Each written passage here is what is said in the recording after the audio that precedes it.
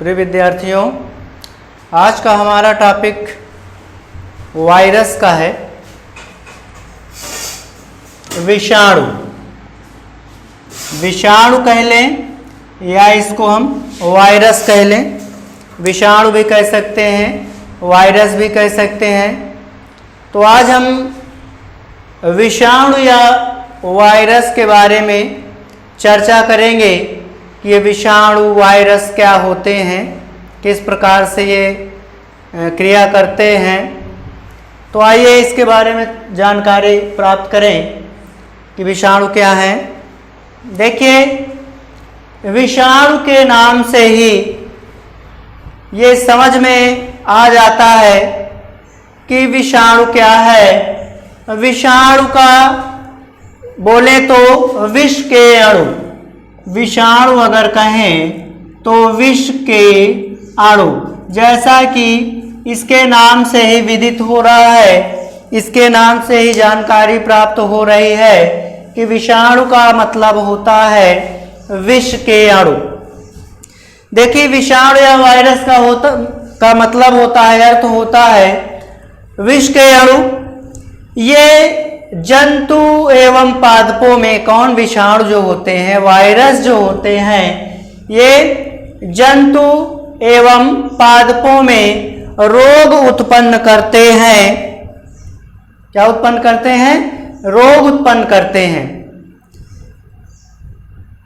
विषाणु या वायरस की खोज रूसी वैज्ञानिक इवानोवस्की,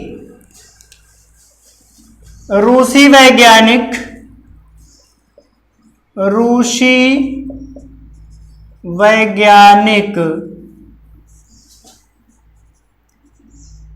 इवानोवस्की ने सन 1832, रूसी वैज्ञानिक यानी विषाणु की खोज रूसी वैज्ञानिक इवानोवस्की ने सन 1832 में तंबाकू के पत्तियों की चितेरी रोग के अध्ययन के समय किया। यानी कि तंबाकू की पत्तियों के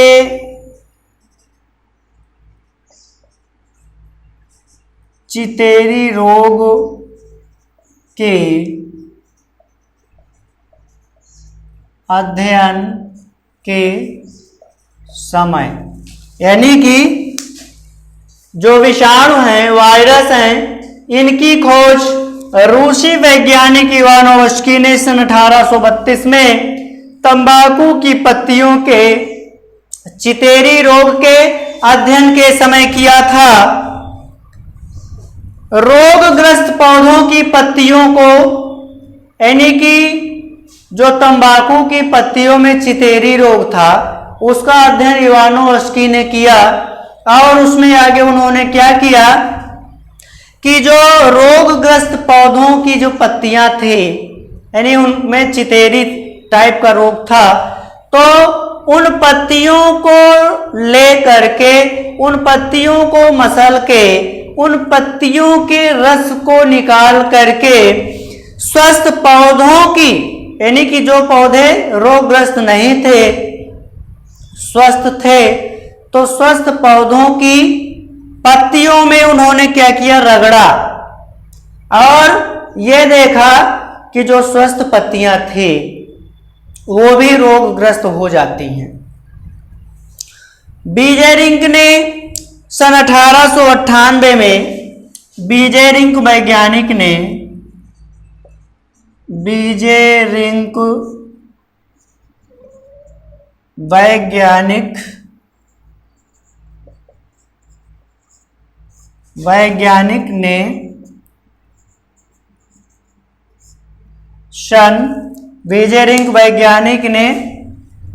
सन 1898 में सन 1898 में विजय रिंक वैज्ञानिक ने सन 1898 में इवानोव्स्की, यानी कि जो इवानोव्स्की ने खोज किया था, उस इवानोव्स्की के खोज की पुष्टि किया था कि नहीं, ये बात सही है, जो इवानोव्स्की कह रहे हैं ये बात सही है। 1898 में विजय रिंक ने इवानोव्स्की के द्वारा जो अध्ययन किया गया, उस अध्ययन की उन्होंने क्या किया था, पुष्टि किया था। उसके बाद स्टैनले ने 1935 में स्टैनले ने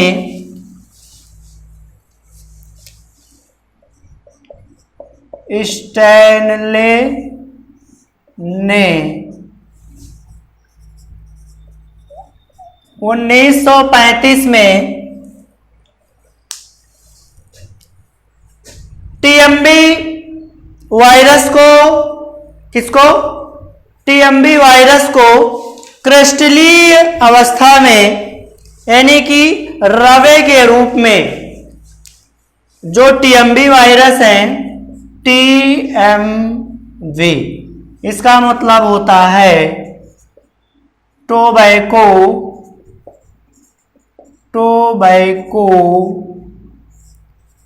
मोज़ेक वायरस। टीएमवी यानी कि जो तंबाकू के पत्तियों में जो विषाणु मिले थे, उनको हम टीएमवी कहेंगे, टोबैको मोज़ेक वायरस। तो स्टैनले ने क्या किया, 1935 में कि जो टीएमवी में जो वायरस मिले थे, तंबाकू की पत्तियों में जो वायरस मिले थे, उनको क्रिस्टलीय अवस्था में, यानी रवों के रूप में,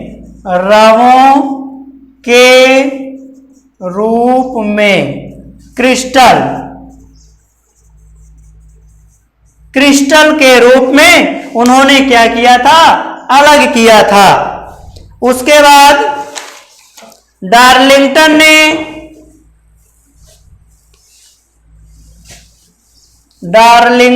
1944 में,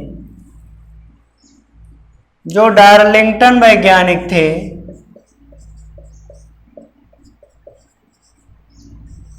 डार्लिंगटन ने सन 1944 में, जो डार्लिंगटन वैज्ञानिक थे, उन्होंने सन 1944 में ये बताया या ये खोज किया कि जो वायरस होते हैं, ये वायरस न्यूक्लियो प्रोटीन के बने होते हैं। किनके द्वारा ये बताया गया, डार्लिंगटन के द्वारा, कि वायरस काहे के बने होते हैं, न्यूक्लियो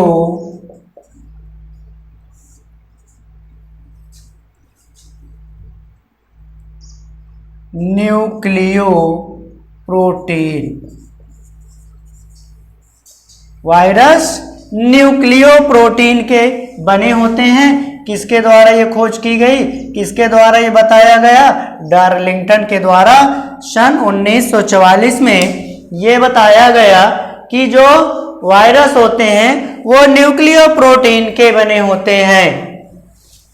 अब अगर इनके हम माप की बात करें, वायरस के माप की बात करें कि ये इनका माप क्या होता है, साइज क्या होता है, तो ये जो वायरस होते हैं, वायरस के कण होते हैं, इनकी माप 15 मिली माइक्रोन से 210 मिली माइक्रोन, यानी 15 मिली माइक्रोन,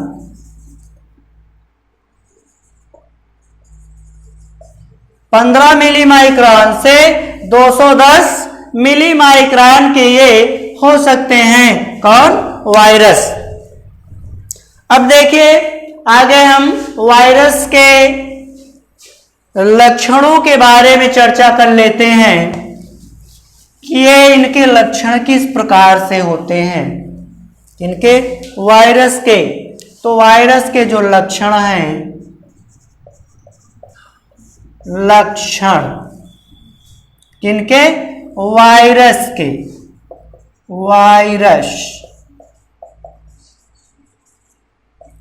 वायरस के लक्षण की अगर हम बात करें तो वायरस के लक्षण क्या हो जाएंगे। देखिए, वायरस को जो है सजीव और निर्जीव के बीच की कड़ी माना जाता है। कहा यह गया है कि जो वायरस होते हैं ये वायरस सजीव और निर्जीव के बीच की कड़ी होते हैं, यानी कि इनको ऐसा हम क्यों कह सकते हैं कि सजीव और निर्जीव की कड़ी है।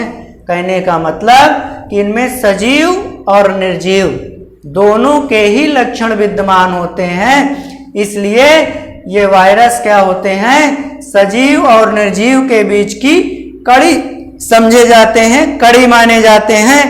अगर हम वायरस के सजीव लक्षण की बात करें तो वायरस के सजीव लक्षण किनके, वायरस के सजीव लक्षण की अगर हम बात करें तो वायरस प्रोटीन और न्यूक्लिक अम्ल के बने होते हैं। काहे के, अभी हमने बताया कि डार्लिंगटन ने ये खोज किया था, डार्लिंगटन ने ये बताया था कि वायरस न्यूक्लियो प्रोटीन के बने होते हैं। तो वायरस के सजीव लक्षण के बारे में अगर हम चर्चा करें तो ये कह सकते हैं कि जो वायरस होते हैं ये प्रोटीन और न्यूक्लिक अम्ल के होते हैं, और न्यूक्लिक अम्ल कहें तो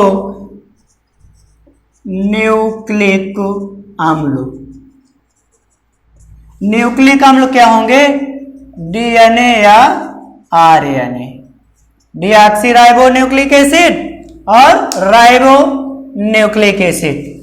तो ये कैसे होते हैं, इनमें सजीव लक्षण किस प्रकार से होते हैं, वायरस प्रोटीन और न्यूक्लिक अम्ल के बने होते हैं। देखिए, जो वायरस होते हैं जीवित कोशिका के संपर्क में आने पर जो वायरस हैं, वायरस सक्रिय हो जाते हैं, यानी कि कोई भी अगर जीवित कोशिका के संपर्क में आते हैं तो वायरस क्या होते हैं, एक्टिवेट हो जाते हैं, एक्टिव हो जाते हैं, सक्रिय हो जाते हैं। वायरस का न्यूक्लिक अम्ल जो होता है, यानी वायरस का भी जो हमने बताया कि वायरस का जो न्यूक्लिक अम्ल होता है वो न्यूक्लिक अम्ल पोषक कोशिका में पहुंच करके, यानी जिस पर ये संक्रमण करेगा, तो ये पोषक कोशिका में पहुंच करके कोशिका की उपापचयी क्रियाओं पर, कोशिका की उपापचयी क्रियाओं पर अपना नियंत्रण स्थापित कर लेता है, और नियंत्रण स्थापित करने के बाद उसमें स्वद्विगुणन करने लगता है, सेल्फ यानी स्वद्विगुणन करने लगता है, और अपने लिए आवश्यक स्वद्विगुणन की क्रिया के पश्चात क्या करता है कि अपने लिए आवश्यक प्रोटीन का संश्लेषण कर लेता है, जिसकी इसको आवश्यकता है, जिससे इसका आगे काम बनना है, काम चलना है, उस प्रोटीन का ये संश्लेषण कर लेता है। इसके फलस्वरूप विषाणुओं की यानी वायरस की संख्या में वृद्धि होती है, वायरस की संख्या में वृद्धि होती है, अर्थात जनन होता है। अगर अगली बात करें सजीव लक्षण में ही अगर अगली हम बात करें तो जो वायरस में जनन केवल जीवित पोषक कोशिकाओं में होता है। अगर जनन की बात करें, अगर कोई निर्जीव कोशिका है तो वायरस उसमें क्या है, जनन की क्रिया नहीं संपन्न कर सकता है। पोषक की जीवित कोशिका में ही ये अपनी जनन की क्रिया को संपादित करेगा, यानी कि जनन की क्रिया जीवित पोषक कोशिका में ही संपन्न होगी। और ये जो वायरस होते हैं ये वायरस ताप, रासायनिक पदार्थ, विकिरण या अन्य जो भी उद्दीपन है उन उद्दीपनों के प्रति अनुक्रिया भी करता है। ये तो हो गए सजीव लक्षण की बात, किसके? वायरस के सजीव लक्षण के बारे में। अब हम वायरस के निर्जीव लक्षण के बारे में जानकारी प्राप्त करेंगे कि वायरस के जो निर्जीव लक्षण क्या है। निर्जीव लक्षण,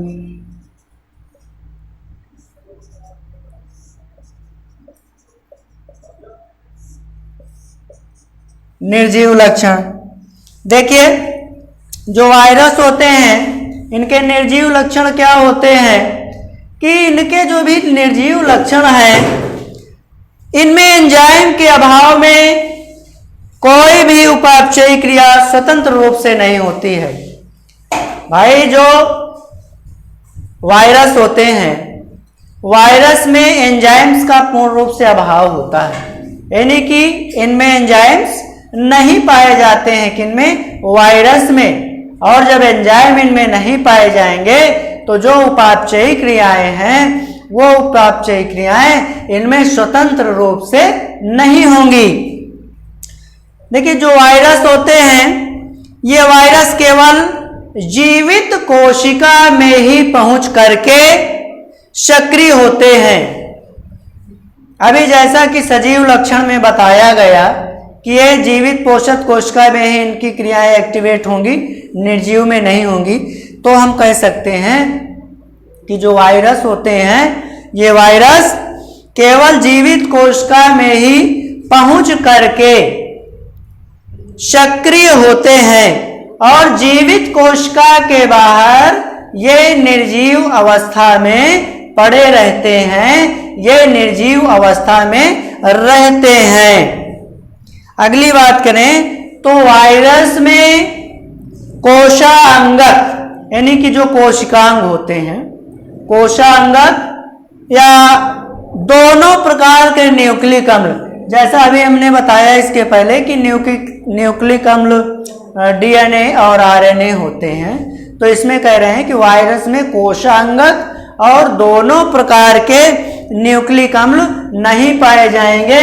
उसमें या तो डीएनए पाया जाएगा या तो आरएनए पाया जाएगा, यानी कि या तो ये पाया जाएगा डीएनए या तो आरएनए, यानी दोनों प्रकार के न्यूक्लिक अम्ल इसमें नहीं होंगे। देखिए, जो वायरस होते हैं, वायरस को हम रवों के रूप में, क्रिस्टल के रूप में, रवों, क्रिस्टल, रवे या क्रिस्टल के रूप में निर्जीवों की भांति सुरक्षित रख सकते हैं। यानी वायरस को रवों की भांति यानी क्रिस्टल की भांति के रूप में, रवों के या क्रिस्टल के रूप में निर्जीवों की भांति निर्जीव अवस्था में इनको सुरक्षित रखा जा सकता है। किसको? वायरस को। और अगर हम इसको निर्जीव अवस्था में रख रहे हैं तो अगर हम ये सोचें कि इनको हम निर्जीव अवस्था में रख रहे हैं तो इनकी जो संक्रमण शक्ति है वो कम हो जाएगी, या इनकी जो संक्रमण शक्ति है वो क्षीण हो जाएगी, नष्ट हो जाएगी, तो ऐसा बिल्कुल भी नहीं है। इनकी जो संक्रमण शक्ति है वो उसी प्रकार बरकरार रहेगी, उसी प्रकार विद्यमान रहेगी निर्जीव अवस्था में भी। और जैसे ही ये कोई सजीव कोशिका के संपर्क में आएंगे तो इनकी सारी उपापचयी क्रियाएं, द्विगुणन, जनन, वृद्धि उसी प्रकार से होने लगेगा। तो इसको हम निर्जीव अवस्था में क्रिस्टल के रूप में रख सकते हैं।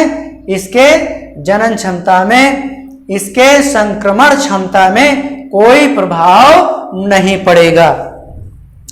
अब हम बात कर लेते हैं कि जो विषाणु हैं, विषाणुओं के रोग जनकता के बारे में, कि ये जो विषाणु हैं ये विषाणु किस प्रकार से रोग फैलाते हैं।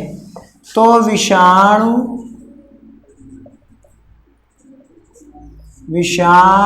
की रोग जनकता।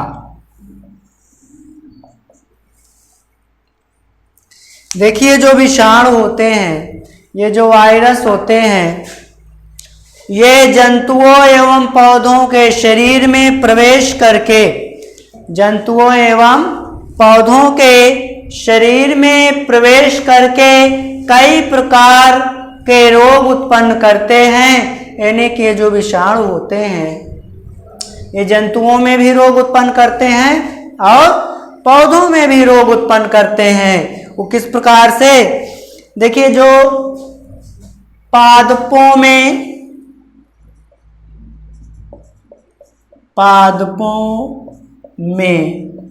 विषाणु जनित रोग। देखिए अगर हम पादप की बात करें कि पादप में विषाणु किस प्रकार से रोग फैलाते हैं, तो ये पादपों में भी रोग फैलाते, जैसे तंबाकू का मोज़ेक रोग, तंबाकू का मोज़ेक रोग,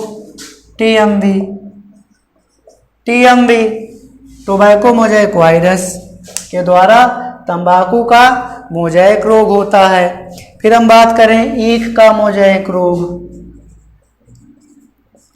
ईख का मोज़ेक रोग। फिर भिंडी का पीला सिरा रोग,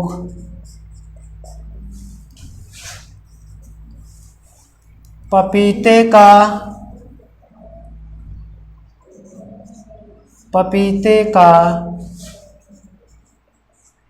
कर्ल लीफ।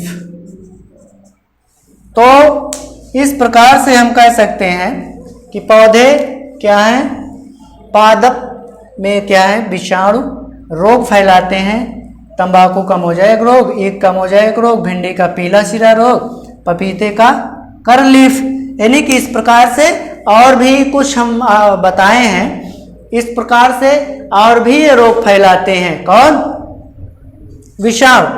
अगली बात करें तो ये तो पादप में हो गया, ठीक है, ये पादप में हो गया। अगर हम बात करें तो मनुष्यों में भी कुछ रोग फैलाते हैं ये विषाणु,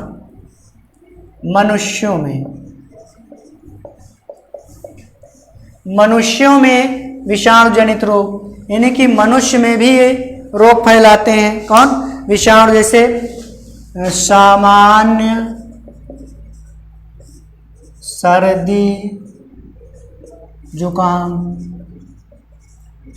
सर्दी जुकाम, चेचक हो गया, पोलियो हो गया,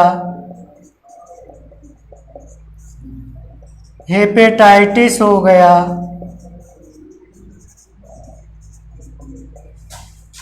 एड्स हो गया, ये मनुष्य में विषाणु जनित रोग हैं। यानी कि हम ये कह सकते हैं कि जो विषाणु होते हैं ये रोग जनकता के कारक भी हैं, यानी ये रोग भी फैलाते हैं पादपों में भी और मनुष्यों में भी। अब देखिए, अब अगला टॉपिक हमारा है, अगला टॉपिक है हमारा वायरोइड्स। वायरस अब यहीं से समाप्त होता है। वायरस के बारे में हमने ज़्यादा से ज़्यादा जानकारी प्राप्त किया। अब हम अगली बात करेंगे वायरोइड्स की।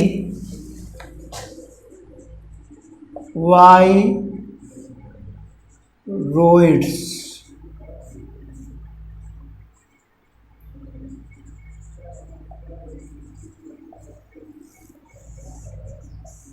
देखिए अगली बात हम करेंगे वायरॉइड्स की, कि वायरॉइड्स क्या होते हैं, वायरॉइड्स किसको कहते हैं। देखिए जो वायरॉइड्स होते हैं ये वायरस से भी छोटे होते हैं। किनसे? अभी वायरस आपने पढ़ा, वायरस से भी छोटे वायरॉइड्स होते हैं। अगर हम कहें तो वायरॉइड्स जो होता है ये लगभग 1/10वां भाग किसका? वायरस का, वायरस का 1/10वां भाग बनाता है। कौन? वायरॉइड्स। जो वायरॉइड्स होता है ये वायरस का 1/10वां भाग बनाता है। कौन? वायरॉइड्स। इस प्रकार हम ये कह सकते हैं कि जो वायरॉइड्स होता है ये वायरस से भी छोटा होता है, वायरस से भी छोटे अणु होते हैं और ये भी संक्रामक होते हैं, संक्रमण फैलाते हैं और संक्रमण के कारकों का एक वर्ग है। कौन? वायरॉइड्स। वायरॉइड्स वायरस से भी छोटा लगभग 1/10वां भाग बनाता है और ये भी वायरस की तरह संक्रामक होता है, संक्रमण फैलाता है। कहें तो ये संक्रामक रोगों का यानी संक्रामक कारकों का वर्ग होता है। कौन? वायरॉइड्स। ये वृत्ताकार, कैसे? ये कौन? वायरॉइड्स वृत्ताकार एक रज्जु की आरएनए अणु हैं। वृत्ताकार एक रज्जु की अणु होते हैं। किसके अणु होते हैं? आरएनए अणु होते हैं, आरएनए अणु होते हैं। कौन? वायरॉइड्स आरएनए अणु। ये वृत्ताकार एक रज्जु की आरएनए अणु होते हैं जिनमें 250 से 370 तक 250 से 370 तक न्यूक्लियोटाइड्स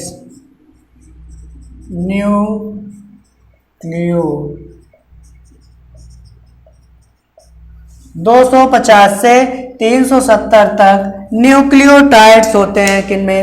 वायरॉइड्स में। वायरॉइड्स में वायरस के चारों ओर स्थित, वायरॉइड्स में वायरस के चारों ओर स्थित प्रोटीन का खोल नहीं होता है, यानी कि जो वायरॉइड्स होते हैं इनके चारों ओर प्रोटीन का खोल नहीं होता है। ये संक्रमित कोशिकाओं के केंद्रक में गुणन करता है। कौन? जो वायरॉइड्स होता है ये संक्रमित कोशिकाओं के केंद्रक में गुणन करता है। देखिए सन 1971 में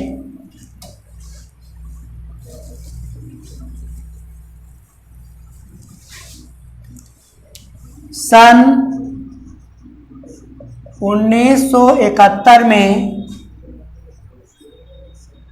टीओ डायनर, सन 1971 में टीओ डायनर ने पता लगाया, क्या पता लगाया? कि आलू में इसके कंद, जो आलू के कंद होते हैं तो आलू में इसके कंद गिल्टीदार होकर चटक जाते हैं। जो आलू के कंद होते हैं टीओ डायनर ने 1971 में ये पता लगाया कि जो आलू के कंद होते हैं वो गिल्टीदार हो करके क्या होते हैं? चटक जाते हैं। इस रोग को पोटैटो स्पिंडल ट्यूबर रोग कहते हैं। क्या कहते हैं? पोटैटो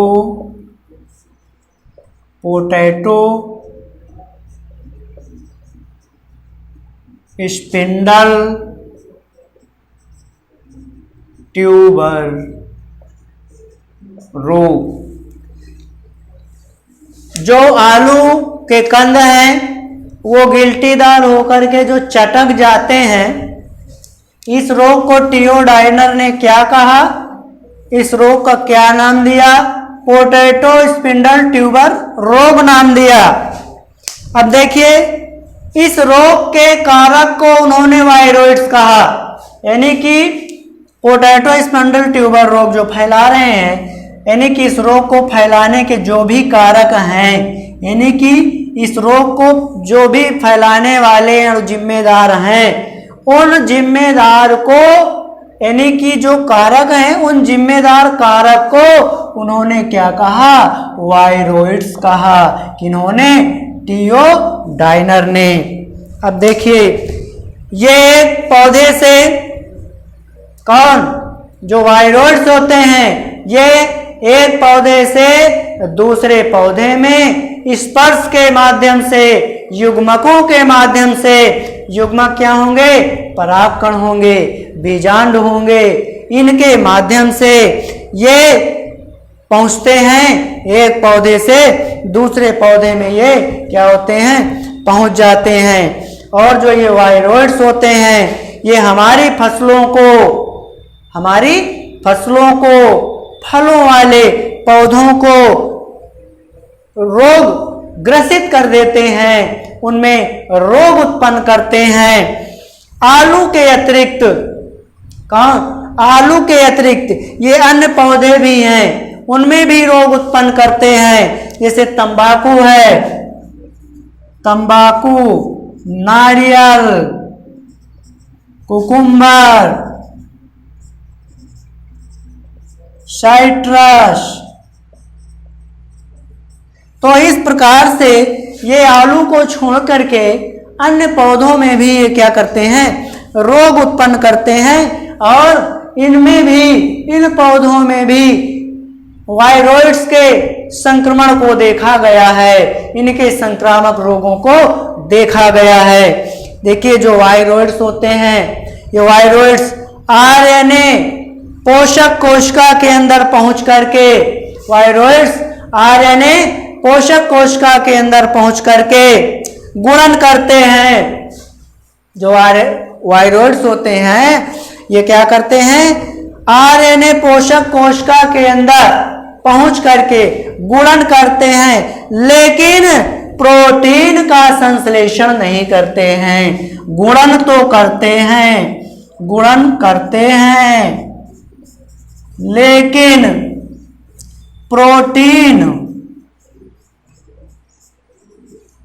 प्रोटीन का प्रोटीन संश्लेषण नहीं करते। क्या करते हैं?